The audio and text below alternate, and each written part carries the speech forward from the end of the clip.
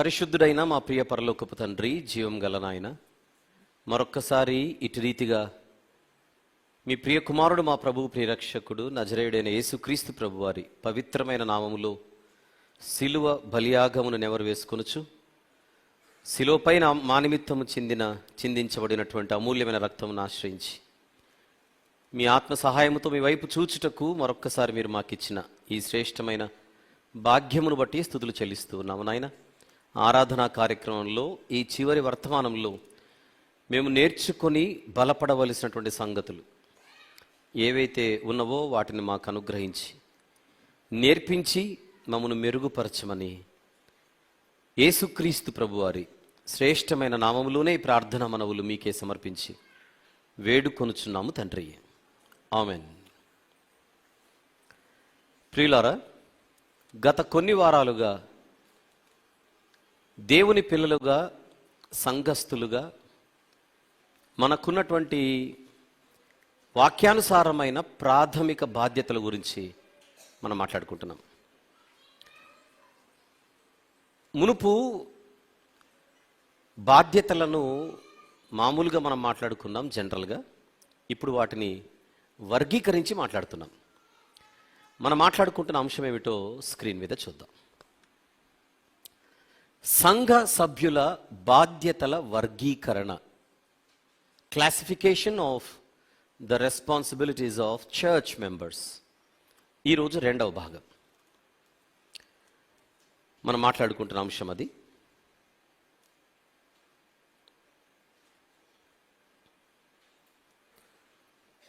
సంఘ సభ్యుల బాధ్యతల వర్గీకరణ. అందులో మొదటి భాగాన్ని గడిచిన వారం మాట్లాడుకున్నాం.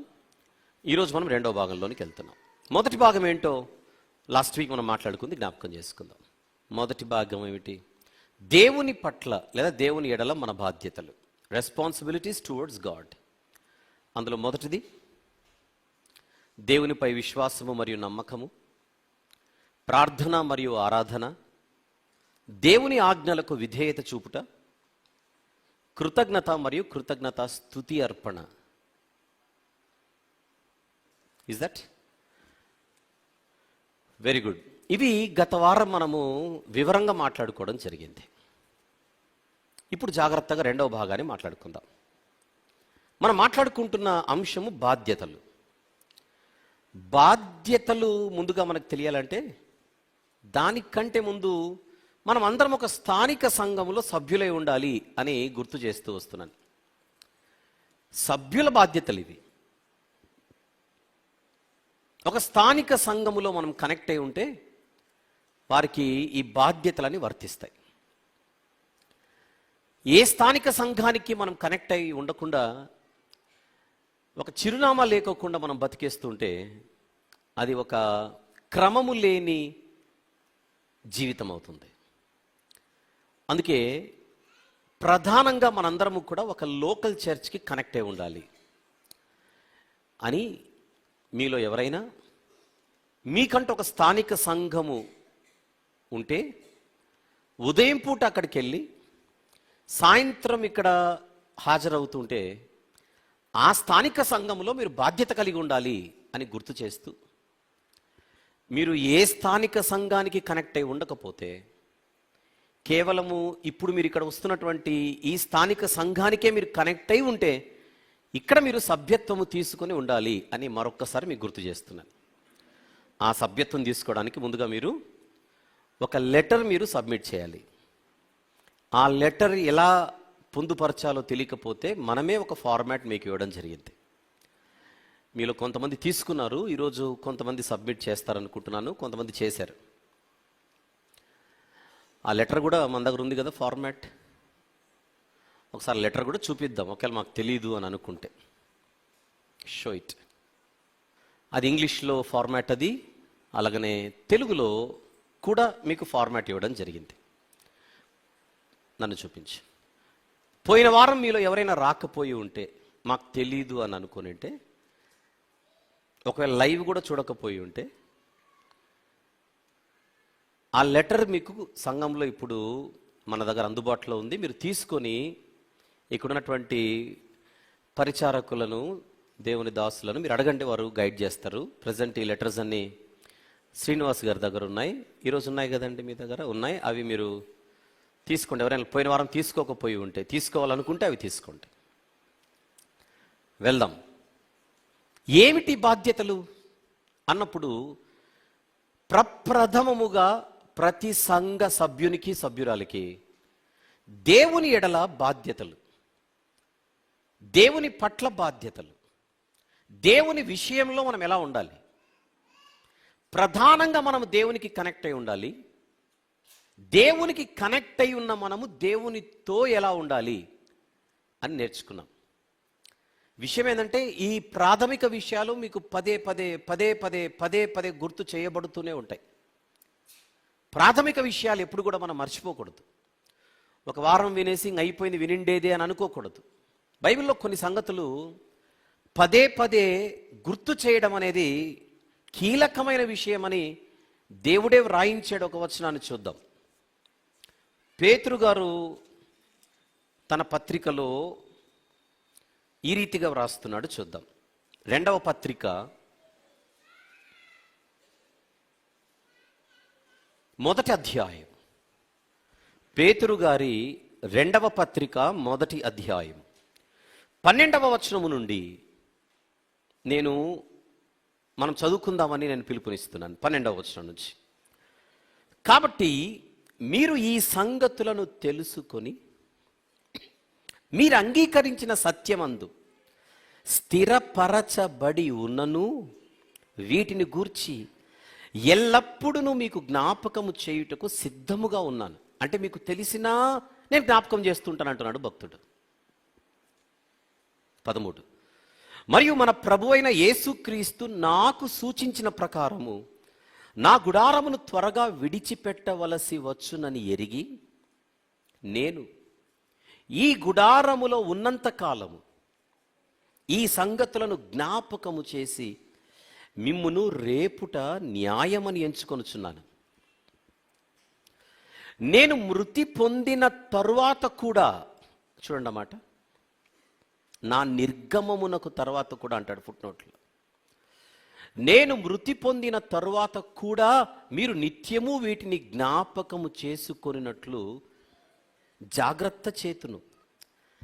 ఒక సేవకుడు తీసుకుంటున్న జాగ్రత్తలు మీకు గుర్తు చేస్తున్న బైబిల్ గ్రంథం అంతా. ఎలయనగా చమత్కారంగా కల్పించిన కథలను అనుసరించి మన ప్రభు అయిన యేసుక్రీస్తు యొక్క శక్తిని, ఆయన రాకడను మేము మీకు తెలుపలేదు గాని ఆయన మహాత్మ్యమును మేము కన్నులారా చూచిన వారమై తెలిపితిమి. అంటే మేము తెలుసుకున్న సత్యము ఎంత బలమైనదో, శక్తివంతమైనదో, దృఢమైనదో నాకు తెలుసు గనుక ఈ సత్యాన్ని మీకు తెలుపడం మాత్రమే కాదు, పదే జ్ఞాపకము చేయుచు మిమ్మును రేపుట న్యాయము అంటున్నాడు భక్తుడు. ఫర్ యువర్ కైండ్ ఇన్ఫర్మేషన్, ఇప్పుడు ఇక్కడ జరుగుతోంది అదే. గత కొన్ని వారాలుగా మీ ముందుకు తీసుకుని రాబడుతున్న సత్యాలలోని ఉద్దేశం ఏమిటి? ఉపన్యాసాలు చేసి, ప్రసంగాలు చేసి, వాక్యం భలే చెప్పారు మీరని అనిపించుకోవడానికి కాదు. ఒక వ్యవస్థను ఏర్పాటు చేసి ఆ వ్యవస్థను స్థిరపరచడానికి. కేవలము మేము బతికున్నప్పుడు లేదా మనం బతికున్నప్పుడు మాత్రమే కాదు, మనము మృతి పొందిన తర్వాత కూడా రాబో తరాల వారు ఈ స్థిరపరచబడినటువంటి వ్యవస్థలో ప్రయాణం చేయడానికి. అందుకే వీటిని పదే జ్ఞాపకము చేయడం అవసరం. మన పూర్వీకులు కూడా, పెద్దలు కొన్ని విషయాలను అలా వారు స్థిరపరిచి వెళ్ళిపోయారు. అందుకే ఈ రోజుకి వారు నేర్పిన విలువల మీద క్రైస్తవ్యం నడుస్తూ ఉంటుంది. ఆ విలువలు వాక్యానుసారమైనవి. అన్నీ కాకపోయినా ఏవైతే వాక్యానుసారమైనవో వాటిని నేను జ్ఞాపకం చేస్తున్నాను. వాక్యానుసారమైనటువంటి విలువలు మన పెద్దలు నేర్పినప్పుడు అవి వ్రాత రూపకముగా వ్రాయబడి ఈరోజు మన మధ్య అవి స్థిరంగా ఉన్నప్పుడు వాటిని మనం గౌరవిస్తూ అనుసరించవలసిన బాధ్యత మనకుంటుంది. అలాగే ఈరోజు మనం కూడా అదే ప్రయత్నంలో భాగంగా ఒక్కొక్క విషయాన్ని వివరిస్తూ దేవుని విషయంలో మనం ఎలా ఉండాలి, అది మొదటి భాగంలో మనం మాట్లాడుకున్నాం. ఈరోజు రెండవ భాగంలో మరికొన్ని విషయాలు నేను మాట్లాడబోతున్నాను. మన బాధ్యత ఏమిటి? మొదటి భాగంలో మాట్లాడినవి మర్చిపోకుండా వాటిని క్యారీ చేస్తూ జ్ఞాపకం పెట్టుకొని ఈ రెండవ భాగంలో మనం మాట్లాడుకోబోయే విషయాలు కూడా ముద్రించుకోవాలి. ఇది మాత్రమే కాదు, రాను రాను మనకు బాధ్యతలు పెరుగుతాయి. జరగబోయేది ఏంటో చెప్పనా? ఇప్పుడు మీరు మెంబర్షిప్ తీసుకుంటున్నారు కదా, మీరు ఇప్పుడు ఈ సంఘంలో మీరు అధికారికంగా ఫార్మల్గా అఫీషియల్గా మీరు మెంబర్షిప్ తీసుకోబోతున్నారే. మీరు మెంబర్షిప్ తీసుకున్న తర్వాత జరగబోయేది ఏంటో చెప్పనా? మీ జోనల్ ఇన్ఛార్జ్ల వారు ఎవరైతే ఉన్నారో వారికి నేను అదనపు బాధ్యతలు అప్పగిస్తాను. ఏమిటో చెప్పనా? ఆదివారం పూట ఇక్కడ చెప్పిన సందేశాన్ని వారు మరలా మీకు జ్ఞాపకం చేస్తుంటారు ఆ వారం అంతా. ఎందుకు? సోమా నుంచి శని వరకు ఇవన్నీ గాలికి ఎగిరిపోతే వాళ్ళు నెమ్మదిగా ఆన్లైన్ బైబిల్ స్టడీని స్టార్ట్ చేయమని నేను కోరబోతున్నాను. ఆ బైబిల్ స్టడీలో ఇప్పుడు ఆదివారం ఇక్కడ చెప్పబడిన విషయాలను వారు మరలా గుర్తు చేస్తుంటారు. అంటే మెంబర్షిప్ తీసుకోవడం వల్ల మీకు ఏ ప్రయోజనాలు అయితే ఉండబోతున్నాయో అందులో ఒకటి ఇప్పుడు నేను రివీల్ చేశాను అంతే. దీనిని ప్రివిలేజ్ అని అంటారు. ఫర్ యువర్ కైండ్ ఇన్ఫర్మేషన్, సభ్యత్వం తీసుకున్న వారికి మాత్రమే ఈ సౌకర్యం ఉంటుంది. ఎందుకు అని అడిగితే, మీ పైన మాకు హక్కు ఉంటుందిగా. మిమ్మల్ని తట్టొచ్చు, మిమ్మల్ని లేపొచ్చు, మిమ్మల్ని కూర్చోబెట్టొచ్చు. అంటే ఆత్మీయంగా మమ్మల్ని వృద్ధిపరచండి అని మీరు మాకు అనుమతినిస్తున్నట్టు, అధికారం ఇస్తున్నట్టు, అవకాశం ఇస్తున్నట్టు, అనుమతినిస్తున్నట్టు. అంటే మీ పైన మీ ఆత్మీయ అభివృద్ధి విషయంలో మాకంటూ అధికారికంగా మాకు బాధ్యతలు ఏర్పడతాయి. మరి ఆ బాధ్యతలకు న్యాయం చేయొద్దు. మీరు సభ్యత్వం తీసుకోలేదనుకోండి, అంటే మీరు మమ్మల్ని పెద్ద పట్టించుకోవాల్సిన అవసరం లేదని మీరు మాకు ఇస్తున్న ఇండికేషన్ అది. మాకు ఆల్రెడీ వేరే చోట మెంబర్షిప్ ఉంది, మేము అక్కడ మమ్మల్ని చూసుకుంటారు, మీరు చూసుకోవాల్సిన అవసరం లేదని మీరు ఇస్తున్న ఇండికేషన్ అది. మరొకరి మేరలోనికి వెళ్ళి మేము ఎలా పనిచేయడానికి వీలవుతుంది? మీ ప్రాథమిక సభ్యత్వం ఇక్కడ ఉంటే మా ప్రాథమిక బాధ్యత మీ పట్ల నెరవేరుతుంది. రాబోయే కాలంలో జరగబోయే విషయాల్లో ఒక్కటి మీకు గుర్తు చేస్తున్నాను. స్థానిక సంఘ సభ్యులను ఆత్మీయంగా వెంబడిస్తూ వారి స్థితిగతులను తెలుసుకుంటూ ఎక్కడైనా వారు బలహీనంగా ఉంటే వారిని బలపరిచేటువంటి అదనపు బాధ్యతలు మీ విషయంలో సంఘము తీసుకోబోతుంది. మరి దేవుని విషయంలో మీరు ఎలా ఉన్నారు? దేవుని ఎడల మీ బాధ్యతల విషయంలో మీ పరిస్థితి ఏమిటి అని గుర్తు చేయడం మాత్రమే కాదు, ఈరోజు రెండవ క్లాసిఫికేషన్, రెండవ వర్గీకరణలోనికి మనం ప్రవేశిస్తున్నాం. అదేమిటో స్క్రీన్ మీద చూద్దాం. ఏమిటది? మన పట్ల మన బాధ్యతలు, లేదా మన ఎడల మన బాధ్యతలు. నాకు ఒకసారి 1 కూడా చూపించి, 2 ఓన్లీ 1 చూపించు. 1 ఏమిటి? దేవుని పట్ల లేదా దేవుని ఎడల బాధ్యతలు. అది 1 అయిపోయింది లాస్ట్ వీక్. ఇప్పుడు 2 ఏమిటి? మన ఎడల మన బాధ్యతలు, లేదా మన పట్ల మన బాధ్యతలు. Responsibilities towards our selves. Okay, start చేద్దామా? ప్రధానంగా మనము దేవునికి కనెక్ట్ అయి ఉండాలి. అయిపోయింది ఫస్ట్ పార్ట్. అది దేవుని విషయంలో మనం ఎలాంటి బాధ్యతలు కలిగి ఉండాలి, దేవుని సన్నిధికి వచ్చినప్పుడు ఎలా ఉండాలి, రెగ్యులర్ లైఫ్లో దేవునితో మనం ఎలా ఉండాలి, ఇవన్నీ నేర్చుకున్న మనం వెంటనే మనం గుర్తించవలసింది, మన ఎడల మనకు రెస్పాన్సిబిలిటీ ఉండాలి. వ్యక్తిగతంగా, ఫర్ పర్సనల్ గ్రోత్, వ్యక్తిగత ఆత్మీయ అభివృద్ధి కొరకు. జనరల్గా ఆలోచిద్దాం. మన ఎడల అందరికంటే ఎక్కువ బాధ్యత ఎవరికి ఉండాలి? మనకే ఉండాలి. కొన్నే పక్కవారు చెబుతారు. తల్లైనా తండ్రి అయినా కొంతవరకు మాత్రమే, ఒక ఏజ్ వచ్చేంత వరకు మాత్రమే. ఒక వయసు వచ్చిన తర్వాత మన విషయాలలో మనకే బాధ్యతలు ఉంటాయి, ప్రాథమిక బాధ్యతలు. నా ఆకలి నాకే తెలుస్తుంది కానీ అమ్మకు కూడా తెలియదు. అడిగితేనే చెబితేనే అమ్మకు తెలిసేది.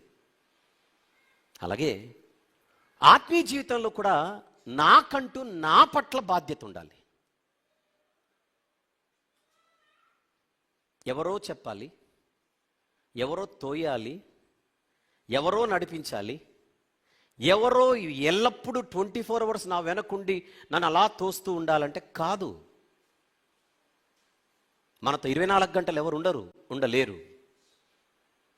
నాతో ఎప్పుడు ఉండేది నేనే. గనుక నా ఎడల నాకే బాధ్యత ఉండాలి. అందులో ఒక బాధ్యతను చూద్దాం బైబిల్లో. యెహోషువ గ్రంథం తీద్దాం. లాస్ట్ టైం గుర్తుందా మీకు? 1.1, 1.2, 1.3 ఎలాగైతే ఉందో ఇప్పుడు కూడా మనము 2.1, 2.2 అలా మాట్లాడుకుంటాం. కాసేపట్లో నేను టైటిల్ ఇస్తాను దానికి. 2.1 మాట్లాడుతున్నాను. యెహోషువ గ్రంథము 1వ అధ్యాయం. దేవుడు మాట్లాడుతున్నాడు యెహోషువ గారితో. ఏమని మాట్లాడుతున్నాడో చూద్దాం. 7వ వచనము నుండి చూద్దాం. యెహోషువ గ్రంథం 1వ అధ్యాయము 7 నుంచి. అయితే నీవు నిబ్బరము కలిగి జాగ్రత్త పడి బహుధైర్యముగా ఉండి నా సేవకుడైన మోషే నీకు ఆజ్ఞాపించిన ధర్మశాస్త్రమంతటి చొప్పున చెయ్యవలెను. యెహోషువ, అందులో మొదటి మెసేజ్ ఏమిటి? నీవు జాగ్రత్తగా ఉండాలి. That is your responsibility. నీ విషయంలో నీకున్న బాధ్యతది. మోషే నీకు ఆజ్ఞాపించిన ధర్మశాస్త్రమంతటి చొప్పున చేయవలెను. నా సేవకుడైన మోషే నీకు ఆజ్ఞాపించిన ధర్మశాస్త్రమంతటి చొప్పున చేయవలెను. అంటే యెహోషువ, నాయన నీకు నా వాక్యం వచ్చిందిగా, విన్నావుగా. ఎక్కడి నుంచి విన్నావు? నేను వినిపించా. ఎవరి ద్వారా వినిపించా? నా సేవకుని ద్వారా వినిపించా, మోషే ద్వారా. నీ చేతికంటూ గ్రంథం వచ్చింది. నువ్వు ఎదురుగుండగా నా సేవకుని చేత దాన్ని వివరింపజేశాను. నువ్వు వినేలా నేను చేశాను. దాన్ని అనుసరించే బాధ్యత నీది. That is your responsibility.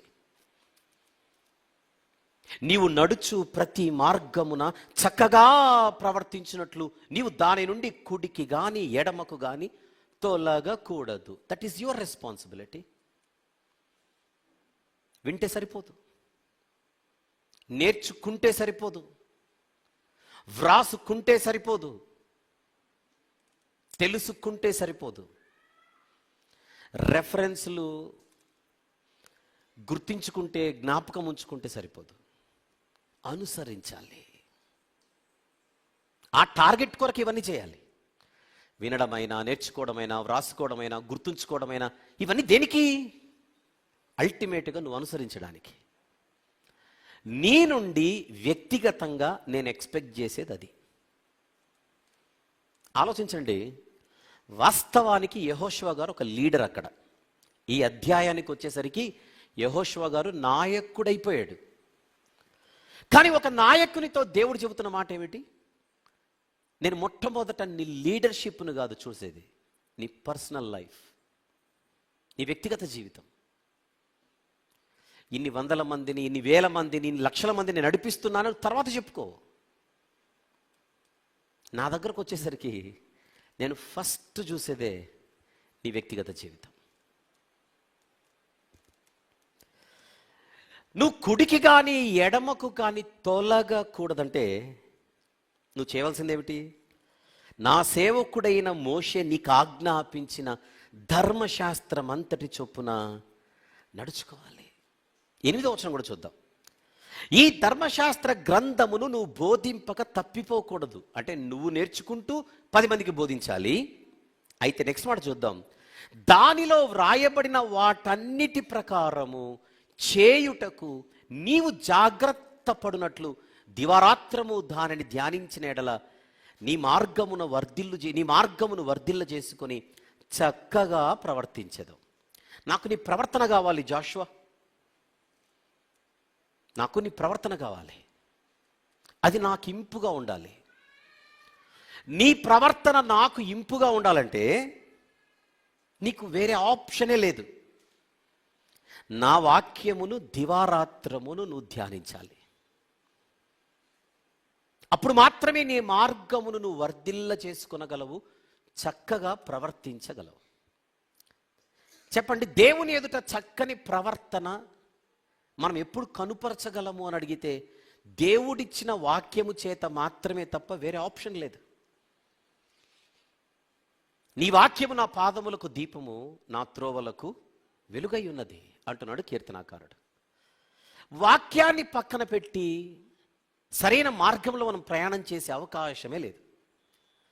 బయట ఎక్కడో మనకు నీతి సూత్రాలు వినపడుతున్నాయి, పాటిస్తే సరిపోతుందంటే కుదరదు, అది సరిపోదు. బైబిల్లో ఉన్నంత జ్ఞానం ప్రపంచంలో ఏ మనిషి రాయలేడు. ఏ నీతి సూత్రాలు ఇక్కడ నిలబడవు.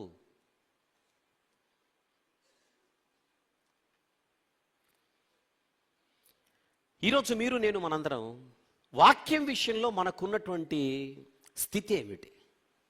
వాక్యమే మన జీవితాలను నడిపిస్తుందా? వాక్యము చేత నడిపించబడుతున్నటువంటి జీవితాల మనవి. ప్రతిరోజు దివారాత్రము వాక్యము ధ్యానించేటువంటి పరిస్థితి వ్యక్తిగతంగా మనకుందా? మళ్ళీ చెబుతున్నాను ఇక్కడ నొక్కి నొక్కి, వ్యక్తిగత బైబిల్ ధ్యానం, personal Bible meditation, personal Bible study. నేను ప్రతిరోజు ఒక 3 వాక్యాలు వింటానండి, ఎవరో వాక్యం చెబితే తప్పులేదు. మీటింగ్లలో వెళ్ళి కూర్చుంటాను, తప్పులేదు. కానీ వ్యక్తిగతంగా బైబిల్ చదవడం, అక్షర జ్ఞానం ఉన్న వాళ్ళ గురించి మాట్లాడుతున్నా. అక్షర జ్ఞానం చదవగలిగినటువంటి వాళ్ళ గురించి మాట్లాడుతున్నా. చదవగలిగినటువంటి వారు ఖచ్చితంగా చదవాల్సిందే. అక్షర జ్ఞానం లేని వారు వినడానికి ఎన్నో అవకాశాలు ఉన్నాయి, వారు దాన్ని ఉపయోగించుకోవచ్చు.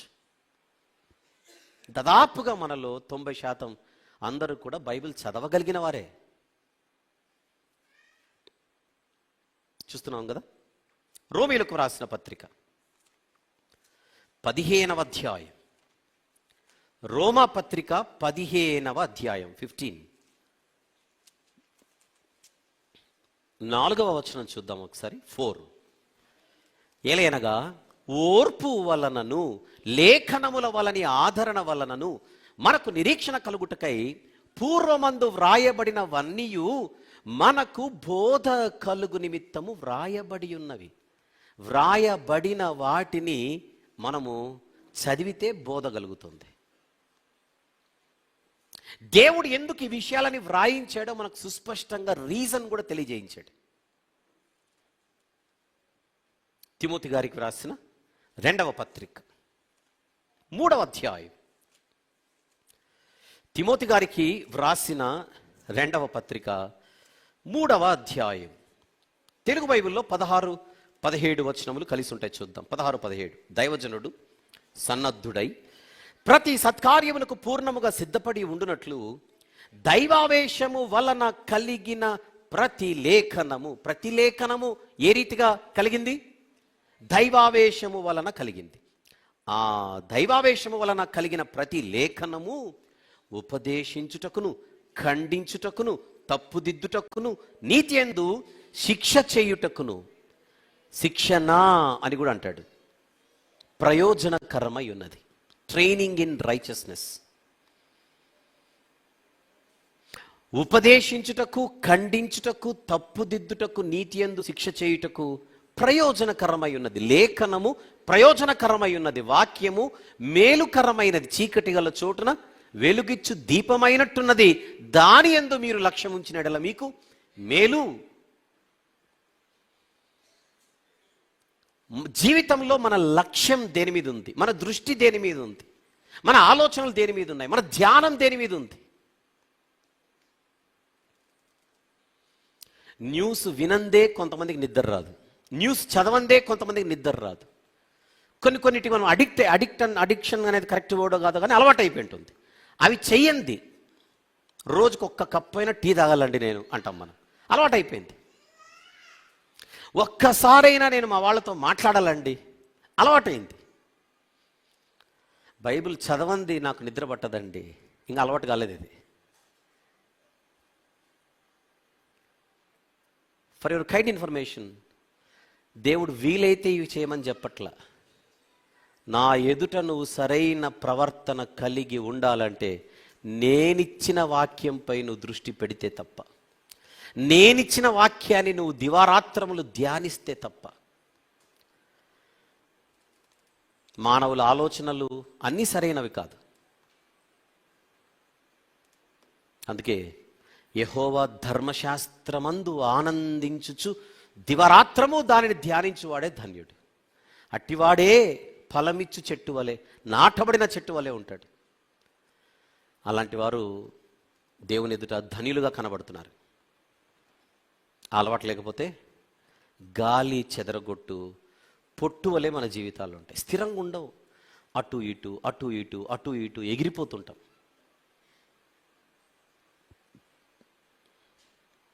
2.1 ఆన్ ద స్క్రీన్. వాక్యమును అధ్యయనము చేయుట. This is our responsibility. ప్రాథమిక బాధ్యతది.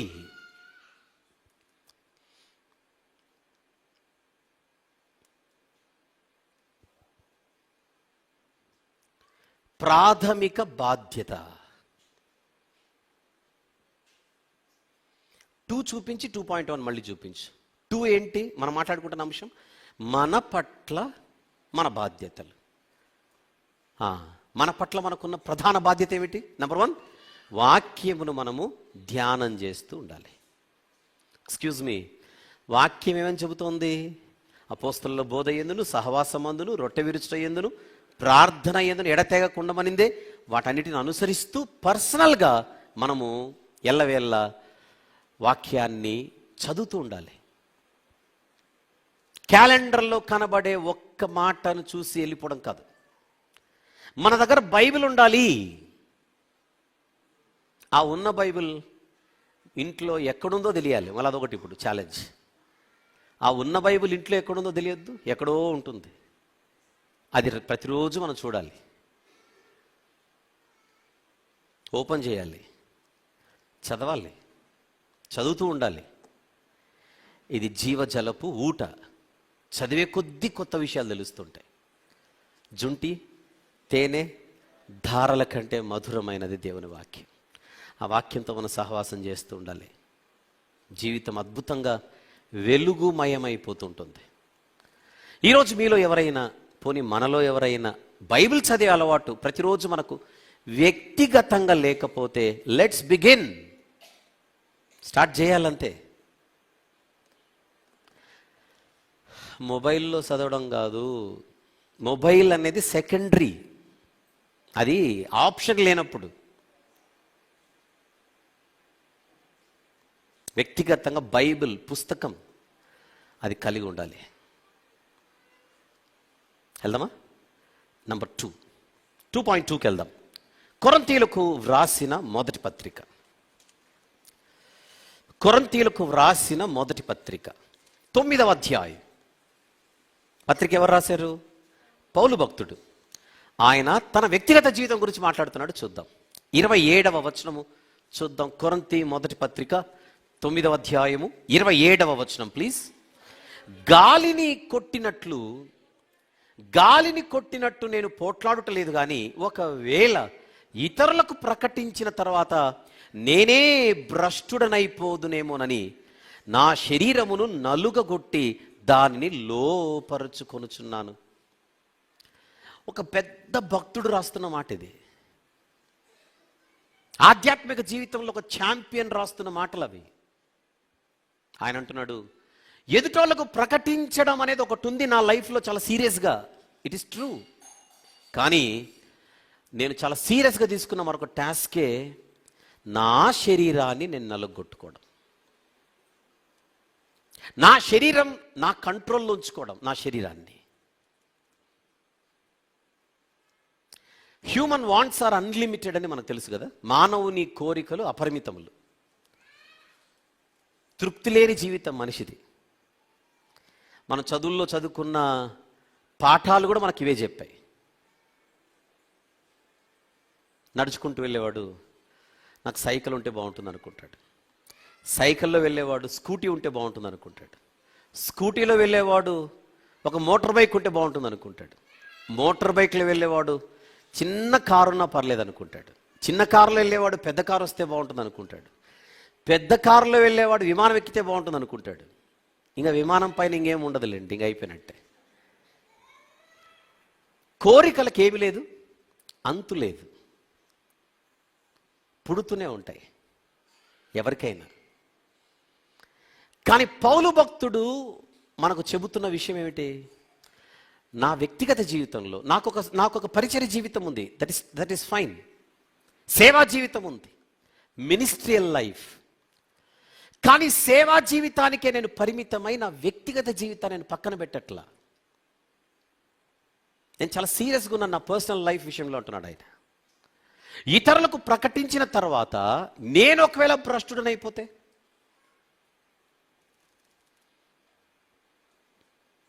అంటే ప్రకటించేవారు భ్రష్టులైపోయే అవకాశం ఉందా? ఉందనేగా. అది నా జీవితంలో జరగకూడదు. ఇది వ్యక్తిగతంగా నేను తీసుకున్న ఒక తీర్మానం అంటున్నాడు. నా శరీరమును నేను నలుగగొట్టి దానిని లోపరుచుకొనుచున్నాను.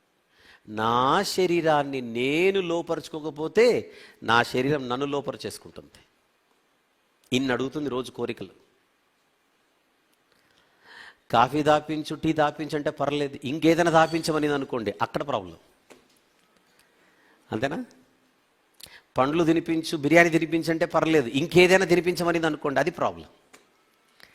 అంటే ఏమైనా అడగగలదుగా, శరీరము ఏమైనా అడగగలదు. నాకు అది చూడాలనుంది, చూపించనొచ్చు శరీరం. నాకు అది వినాలనుంది, వినిపించు. నాకు అది మాట్లాడాలనుంది, పలుకు. అక్కడికి నడవాలనుంది, నడిపించు. అక్కడ నిలవాలనుంది, నిలబెట్టు. అక్కడ కూర్చోవాలనుంది, కూర్చోబెట్టు అంటుంది శరీరం. బైబిల్ అంటుంది, నువ్వు అన్ని చూడకూడదు, అన్ని వినకూడదు, అన్ని చోట్లకు నడవకూడదు, అన్ని చోట్ల నిలవకూడదు, అన్ని చోట్ల కూర్చోకూడదు. ఇవన్నీ ఎవరు చెప్పాలి? మన శరీరానికి చెప్పాలి. మన శరీరానికి రోజు పాఠాలు చెప్పాలి. నా ప్రాణమా యెహోవాను సన్నుతించనాలి, తినుము తాగు అనకూడదు. ఆయన చేసిన ఉపకారములలో దేనిని మరువకు.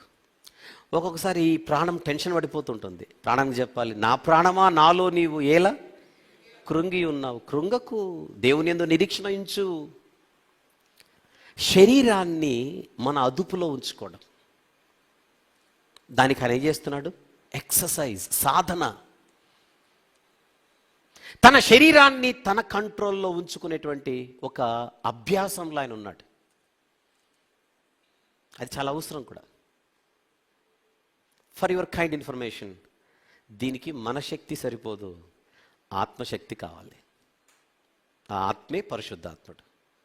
ఆయన గురించి బైబిల్ ఏం రాయబడిందో చూద్దాం. తిమోతి గారికి వ్రాసిన 2వ పత్రిక, తిమోతి గారికి వ్రాసిన 2వ పత్రిక, 1వ అధ్యాయం 7వ వచనము చూద్దాం. 7వ వచనము, దేవుడు మనకు శక్తియు ప్రేమయు ఇంద్రియ నిగ్రహమును గల ఆత్మనే ఇచ్చెను గాని పిరికితనము గల ఆత్మను ఇవ్వలేదు. ఏ ఆత్మ మనకు ఇవ్వబడింది? ఏ ఆత్మ ఇవ్వబడింది? శక్తి కలిగిన ఆత్మ, అంటే శక్తినిచ్చే ఆత్మ, ప్రేమను పంచే ఆత్మ, and at the same time ఇంద్రియ నిగ్రహము గల ఆత్మ. ఈ వచనం ఇంగ్లీష్లో కూడా చూపించగలవా? అదే వచనాన్ని ఇంగ్లీష్లో కూడా చూడండి. For the spirit God gave us does not make us timid, but gives us power, love and self discipline అనే పదం చూద్దాం. సెల్ఫ్ డిసిప్లిన్ అనే పదం అందరూ చూడండి. ఇంద్రియ నిగ్రహము కలిగిన ఆత్మ, సెల్ఫ్ డిసిప్లిన్ అంటే మనిషికి ఏముండాలి? Self discipline. డిసిప్లిన్ అంటే క్రమశిక్షణ. సెల్ఫ్ డిసిప్లిన్ అంటే స్వీయ క్రమశిక్షణ. ఎదుటోళ్ళను క్రమశిక్షణలో ఉంచడం కాదు, ముందు నాకు నేను పెట్టుకోవాలి, నన్ను నేను పెట్టుకోవాలి. దీనికి మనకు మార్కులు తక్కువే పడతాయి, కానీ ఎక్కువ మార్కులు సంపాదించాలి. అంతేనా? మనకు సెల్ఫ్ డిసిప్లిన్ తక్కువే కదా అందరికీ. ముఖ్యంగా ఆత్మీయ జీవితంలో మరీ తక్కువ ఉంటుంది. ఓడిపోతుంటాం, టెంప్ట్ అయిపోతుంటాం. ఎవరు ఏది చేస్తే అది చేయాలనేటువంటి ఒక ఆలోచన మనకు వచ్చేస్తుంటుంది. అందుకే బైబిల్ పదే పదే ఒక చక్కని క్రమశిక్షణతో కూడుకున్న జీవితాన్ని నేర్పిస్తుంటుంది. విశ్వాసమునకు కర్తయు దాన్ని కొనసాగించేవాడైన యేసు వైపు చూడాలి మీరు ఎందుకు చెబుతోంది? We can learn self discipline when we keep looking at the Lord Jesus. Yesu Kristu ప్రభు వైపు చూస్తూ ఉంటే ఆ స్వీయ క్రమశిక్షణ మనకు కనబడుతుంటుంది. చూస్తున్నాంగా, అందులో స్వీయ క్రమశిక్షణ కొరకు మనకున్నటువంటి ఒక బెస్ట్ ఆప్షన్ ఒకటి ఫాస్టింగ్, ఉపవాసం. అంటే వారంలో ఒక్కరోజైనా దాన్ని మనం ప్రాక్టీస్ లాగా చేస్తే మన బాడీ కొంచెం మన కంట్రోల్లోకి వచ్చేస్తుంటుంది. ఉదయం నుంచి సాయంత్రం వరకు అలా ఫస్ట్ స్టార్ట్ చేయాలి. ఎవరికైనా అలాంటి అలవాటు లేకపోతే ఫస్ట్ ఒక పూట ఉపవాసం, తర్వాత 2 పూటల ఉపవాసం, తర్వాత 1 సంవత్సరం ఉపవాసం. Step by step.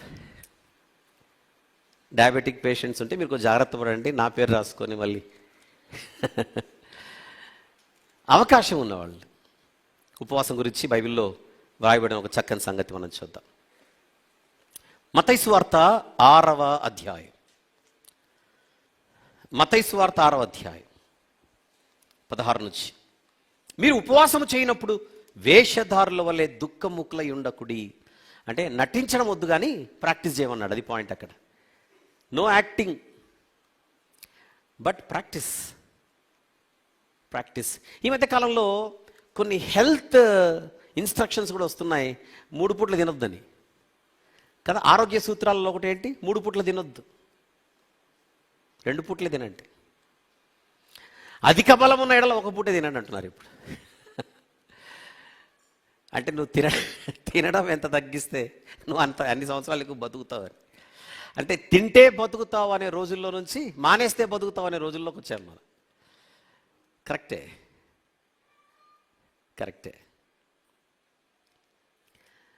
చూద్దామా? On the screen 2.2. స్వీయ క్రమశిక్షణ మరియు ఉపవాసం మన బాధ్యత. Self discipline and fasting.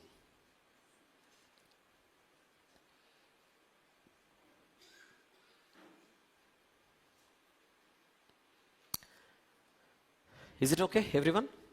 అంటే ఓవరాల్గా ఆ రెండిట్లో ఉద్దేశం ఏమిటి? మన శరీరాన్ని మనము నియంత్రణలో ఉంచుకోవడం, క్రమశిక్షణ, సెల్ఫ్ డిసిప్లిన్. తెలుసు మనకు శరీర కార్యములు, ఆత్మఫలము. గలతీ పత్రిక 5. శరీర కార్యములను జయించాలి, ఆత్మఫలమును మనము కలిగి ఉండాలి.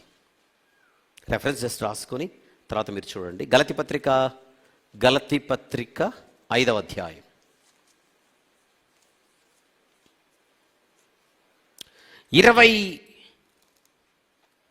19 నుంచి 22 వచనములు వ్రాసుకొని నేను ఏం చేయించాలి నా జీవితంలో, ఏమి కలిగి ఉండాలి అనే విషయాన్ని మనం నోట్ చేసుకోవడానికి వాటిని ఉపయోగించుకుందాం. గలతీ పత్రిక 5వ అధ్యాయము 19 నుంచి 23 వచనాల వరకు.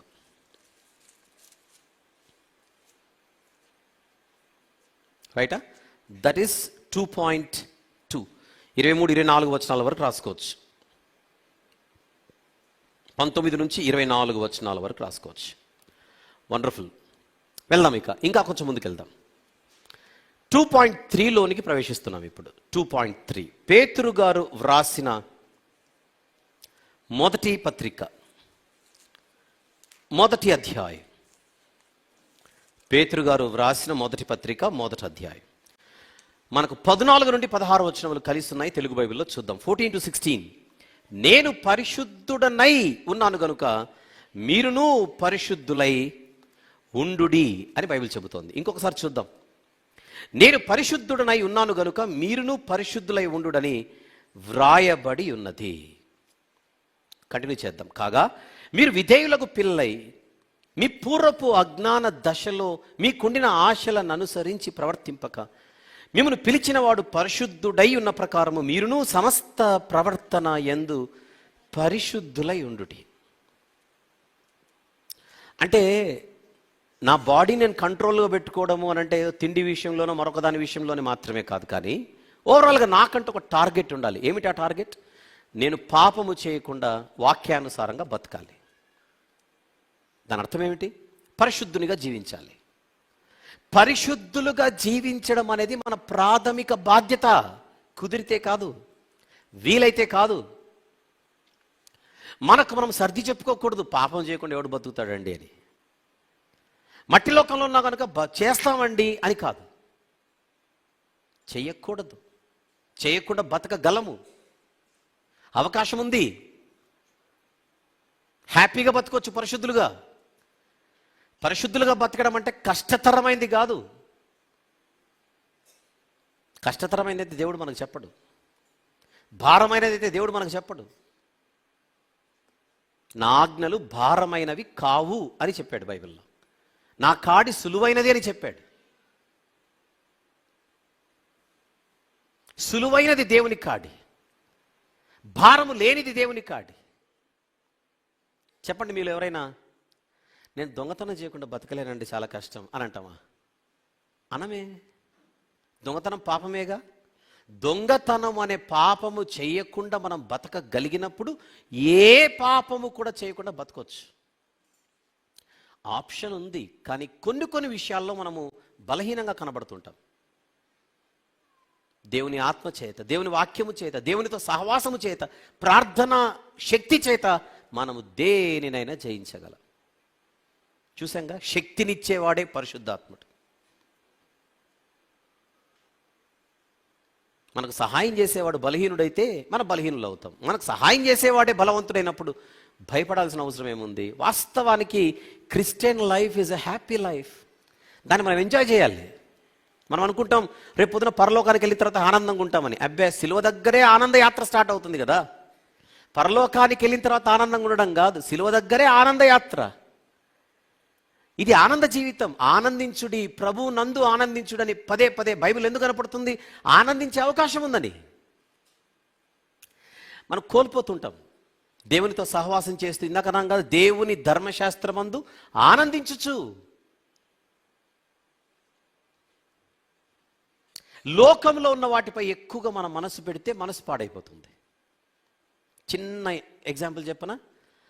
ఆ బంధువులు ఇలా అన్నారు, ఈ బంధువులు అలా అన్నారు, వాళ్ళు ఇలా అన్నారు, వీళ్ళు ఇలా, ఇవన్నీ ఎక్కుతుంటాయి కదా రోజు మనకు. అవి పట్టించుకుంటే బాధలు ఎక్కువ, బైబిల్ తెరిస్తే బాధలన్నీ పోతాయి. అవన్నీ ఎక్కకూడదంటే ఇది తెరవాలి, అవన్నీ ఎక్కకూడదంటే మోకరిల్లాలి, అవన్నీ ఎక్కకుండా దేవునితో మాట్లాడుకుంటూ ఉండాలి, అవన్నీ ఎక్కకూడదంటే పాటలు పాడుకుంటూ ఉండాలి. మధ్యాహ్నం మనకు ప్రతిరోజు మధ్యాహ్నము స్తుతి ఆరాధన ఆన్లైన్లో ఉంటుంది. దావీదు అంకుల్ రోజు పాట పాడతారు. నేను ఆశ్చర్యపోతుంటే వింటుంటాను అప్పుడప్పుడు. అంటే ఆయన ఆల్రెడీ బిజీగా ఉండి ఆ పాటల కార్యక్రమంలో మాత్రం మిస్ అవ్వరు. అంటే ఆసక్తి చూడండి. అంటే మన మైండ్ ఎక్కువగా దేవుని మాటల యందు, దేవుని పాటల యందు, ప్రార్థన యందు ఉందనుకోండి, అబ్బో భలేగా ఉంటుంది లైఫ్. టెన్షన్లు ఉండవు. యేసు మనకు చేసిన వాగ్దానం ఏమిటి? నేను మీకు శాంతిని అనుగ్రహించుచున్నాను. లోకమిచ్చు శాంతి అలాంటిది కాదు నేను ఇచ్చేది. అంత చక్కని వాగ్దానం ఆయన మనకి ఇచ్చినప్పుడు మనం ఎంజాయ్ చేయొద్దు? ప్రయాసపడి భారము మోయుచున్న సమస్త జనులారా నా యొద్దకు వస్తే నేను మీకు విశ్రాంతి, నెమ్మది, సమాధానం, సంతోషం. ఆత్మఫలములో ఒకటేమిటి? సంతోషం. పరిశుద్ధ జీవితాన్ని మనం సంతోషంగా గడపొచ్చు. మనం దాన్ని మిస్ అవుతున్నాం. ఏమంటున్నాడు? నేను పరిశుద్ధుడనై ఉన్న ప్రకారం మీరు పరిశుద్ధులుగా ఉండండి. ఆ దేవుడిని అడుగుదామా, ప్రభువా పరిశుద్ధంగా బతకడం కష్టం కదా ప్రభువా, మీరు ఎలా బతుకుతున్నారని అడగకూడదు దేవుణ్ణి. అసలు నువ్వు నా బిడ్డవై ఉండి ఆ మాట అంటావేంటి? చేతకాని మాట. నా వాక్యం నీ దగ్గర ఉన్న తర్వాత కూడా, నాతో సహవాసం చేసే అవకాశం ఉన్న తర్వాత కూడా చేతగాని మాటలు మాట్లాడతావేంటి అంటాడు రివర్స్లో దేవుడు. రోమీలకు రాసిన పత్రిక 12వ అధ్యాయం. రోమీలకు వ్రాసిన పత్రిక 12వ అధ్యాయం మొదటి 2 వచనములు చూద్దాం. కాబట్టి సహోదరులారా, పరిశుద్ధమును దేవునికి అనుకూలమునైన సజీవ యాగముగా మీ శరీరములను ఆయనకు సమర్పించుకున్నాడని దేవుని వాత్సల్యమును బట్టి మేము బతిమాలుకొనుచున్నాను. ఇట్టి సేవ మీకు యుక్తమైనది. మీరు ఈ లోక మర్యాదను అనుసరింపక ఉత్తమమును అనుకూలమును సంపూర్ణమునయున్న దేవుని చిత్తమేదో పరీక్షించి తెలుసుకున్నట్లు మీ మనస్సు మారి నూతన మగుట వలన రూపాంతరం పొందుడి. పరిశుద్ధంగా బతకండి. అవకాశం ఉంటే ఇన్స్ట్రక్షన్స్ ఉన్నాయి, అవకాశం లేకున్నానా ఉంది కనుకనే కదా. కొరింథీయులకు రాసిన మొదటి పత్రిక 6వ అధ్యాయం. కొరింథీయులకు వ్రాసిన మొదటి పత్రిక 6వ అధ్యాయం 19-20 వచనములు చూద్దాం. మీ దేహము దేవుని వలన మీకు అనుగ్రహింపబడి మీలో ఉన్న పరిశుద్ధాత్మకు ఆలయమై ఉన్నదని మీరు ఎరుగరా? మీరు మీ సొత్తు కారు, విలువ పెట్టి కొనబడిన వారు గనుక మీ దేహముతో దేవునిని మహిమపరచుడి. మహిమపరచుడి. ఎంత చక్కని భాగ్యం మనకిచ్చాడు. రేపు పొద్దున మనం చనిపోయిన తర్వాత మాకు ఒక ఫీలింగ్ ఉంటుంది, నేను ఇంకా బాగా బతకగలిగే అవకాశం ఉండేది, నేనే సరిగా బతకలేదండి. అలా ఉంటుంది మనకి. ఇప్పుడు కూడా కొన్ని బాధలు ఉంటాయి చూడండి. అప్పట్లో బాగా చదువుకునే అవకాశం ఉండేది, నేనే చదవలేదని బాధలు ఉంటాయిగా. అప్పట్లో మమ్మల్ని బడికి కరెక్ట్గా వెళ్ళమన్నారు మా అమ్మ నాన్న, మేమే వెళ్ళలేదు అని బాధపడుతుంటారు కొంతమంది. చదవకుండా బాధపడుతుంటాం కొన్ని సందర్భాల్లో. కొన్ని చేయగలిగే అవకాశాలను చేయలేకపోయి మా ఈరోజు బాధపడుతుంటాం. ఫ్యూచర్లో దేవుడు నన్ను ఇలా బతకమన్నాడు, నేనే బతకలేకపోయాను, అవకాశం పుష్కలంగా ఉన్నింది అని మనం బాధపడతాం.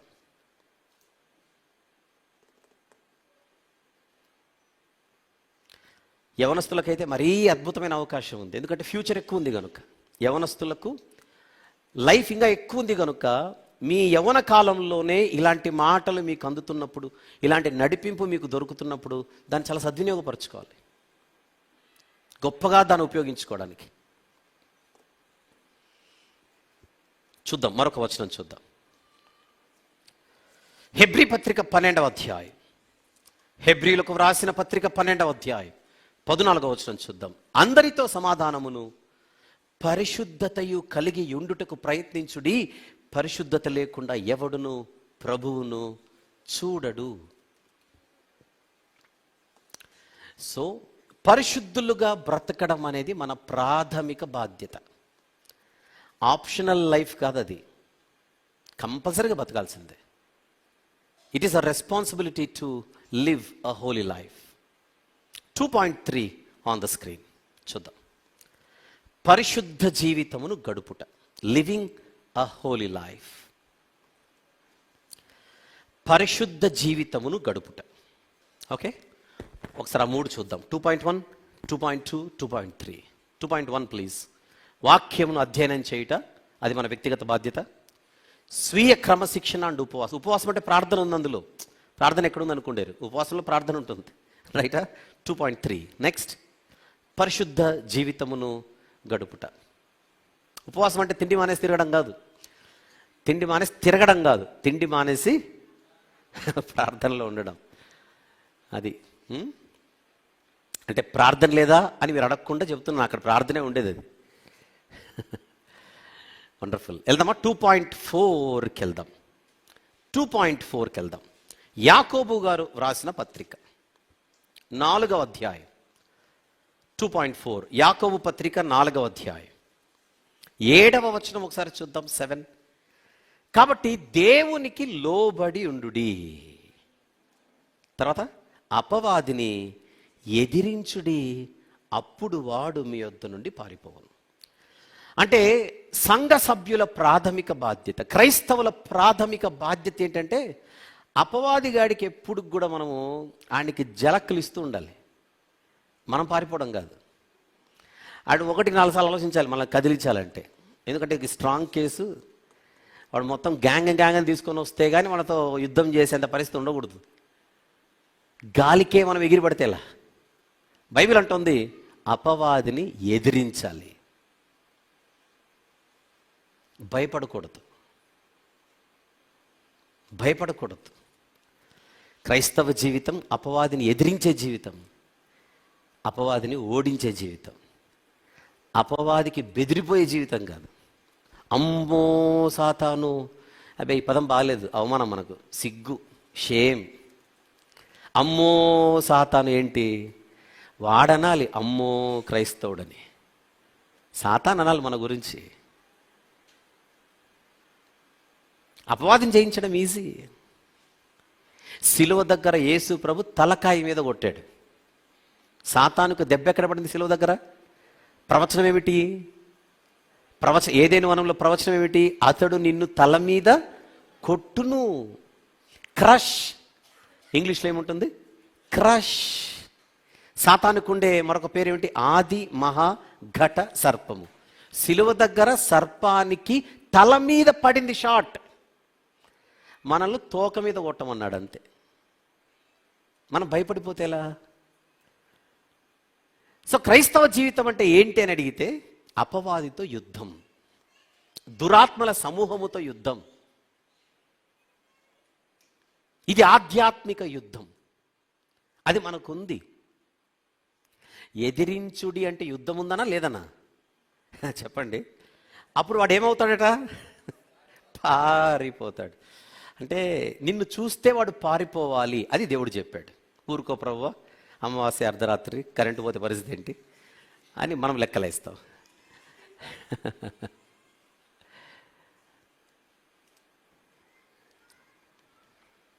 చూద్దాం ఇంకా.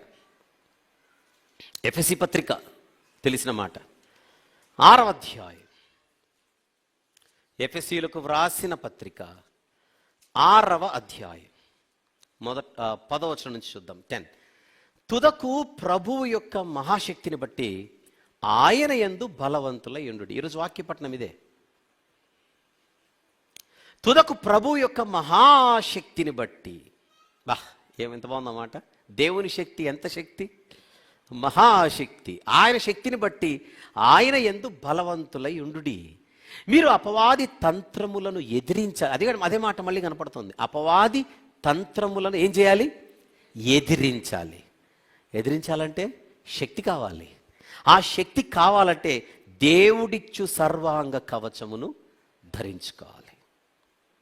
సూటు బూట్ వేసుకొని మనం ఫైటింగ్ దిగితే కుదరదు. కత్తులు కటారులు తుపాకులు తీసుకుని వెళ్తే కుదరదు. దీనికి డ్రెస్సే వేరు.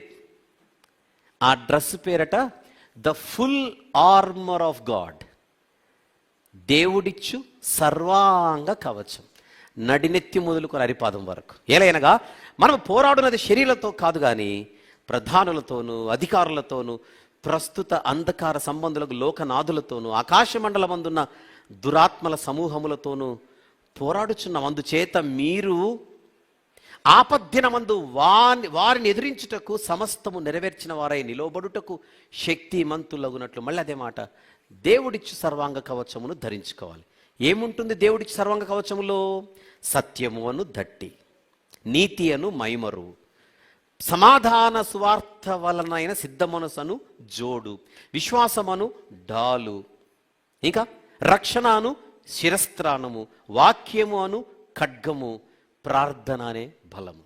ఇది దేవుడిచ్చి సర్వాంగ కవచం. ఈ సర్వాంగ కవచమును, ఈ యుద్ధోపకరణములను ధరిస్తే అపవాదికి చెమటలు పడతాయి ఫ్యాన్ వేసుకున్న. అలా ఉంటుంది అపవాది పరిస్థితి.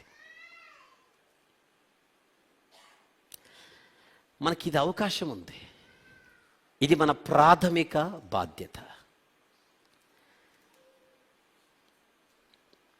క్రైస్తవుల యుద్ధోపకరణములు ఇవి. అపవాదిని ఎదిరించుడి అంటున్నాడు.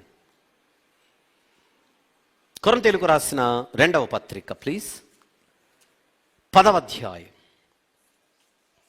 కొరింథీయులకు వ్రాసిన 2వ పత్రిక 10వ అధ్యాయం 4-5 వచనములు చూద్దాము. 4 and 5.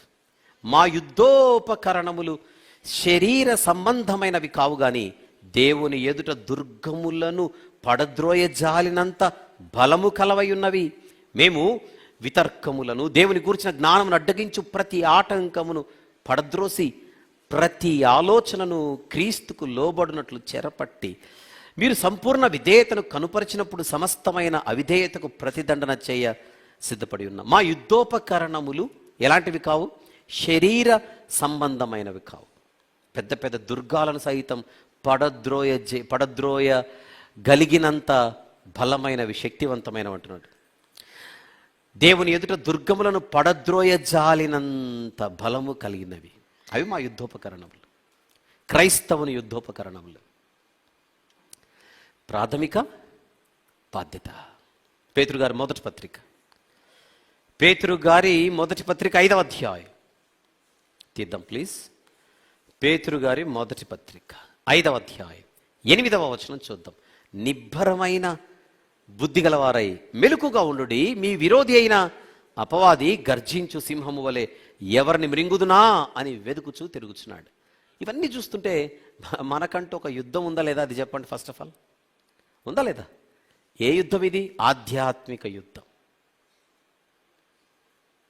కంటికి కనిపించే యుద్ధం కాదు. యుద్ధ కథన రంగంలో దిగి మనము మన కళ్ళ ముందు మనము చూసేటువంటి యుద్ధాలు కాదు ఇవి. ఆత్మీయ యుద్ధం. Every true Christian is always in a kind of spiritual warfare. This is 2.4 on the screen. ఏమిటది? ఆధ్యాత్మిక యుద్ధములో ఉండుట. Being in spiritual warfare. ఇవన్నీ మన వ్యక్తిగత బాధ్యతలు, మన ఎడల మనకున్న బాధ్యతలు. Responsibilities towards our selves.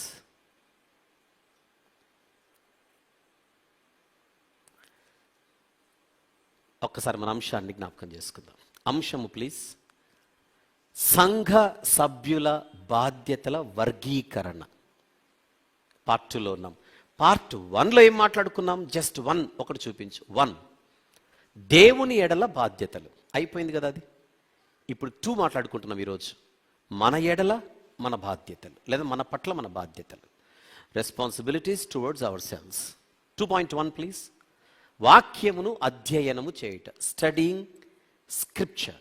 2.2 స్వీయ క్రమశిక్షణ మరియు ఉపవాసము అంటే ప్రార్థన. Self discipline and fasting. 2.3 please. పరిశుద్ధ జీవితమును గడుపుట. Living a holy life. And 2.4 ఆధ్యాత్మిక యుద్ధములో ఉండుట. Being in spiritual warfare. చెప్పండి, నేను 4 చెప్పాను. ఇందులో మీకు అభ్యంతరకరమైనవి ఏమైనా ఉన్నాయా? వాక్యమును అధ్యయనం చేయుట. Any objection? అబ్జెక్షన్. నంబర్ 2 చూపించు. స్వీయ క్రమశిక్షణ మరియు ఉపవాసం. 2.2 any objection please? No objection. Number 3 2.3 పరిశుద్ధ జీవితం గడపాలి. Any objection? No objection. 2.4 ఆధ్యాత్మిక యుద్ధములో ఉండాలి. Any objection? No objection. ఇవన్నీ దేవుడు మన నుండి కోరుచున్నవి, ఆశిస్తున్నవి, మనము బాధ్యతగా మన జీవితంలో నెరవేర్చవలసినవి.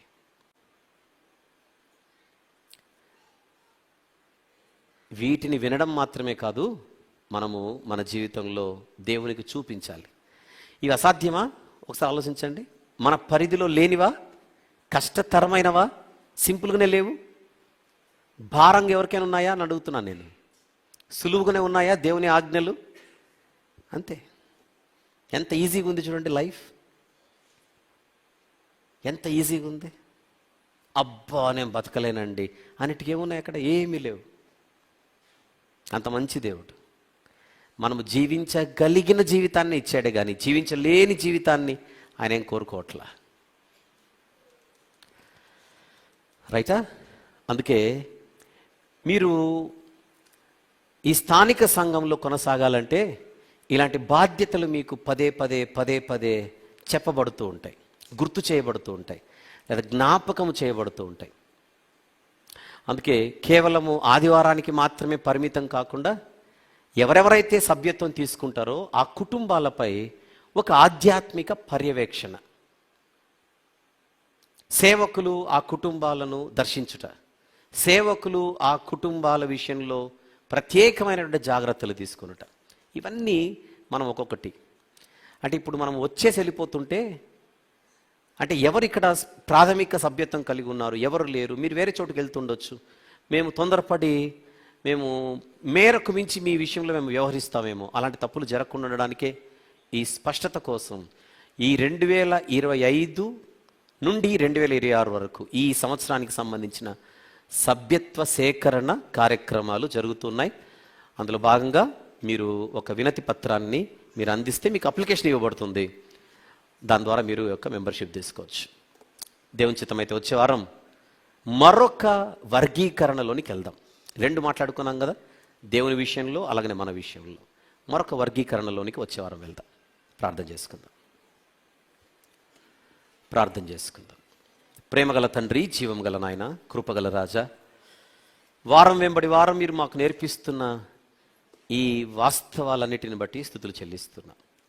నేర్చుకున్న ప్రతి వాస్తవం, నేర్చుకున్న ప్రతి సత్యం మా ఆధ్యాత్మిక జీవితంలో ప్రభువా ఎంతో ప్రయోజనకరముగా ఫలభరితంగా ఉండలాగున సహాయం చేయండి నాయన.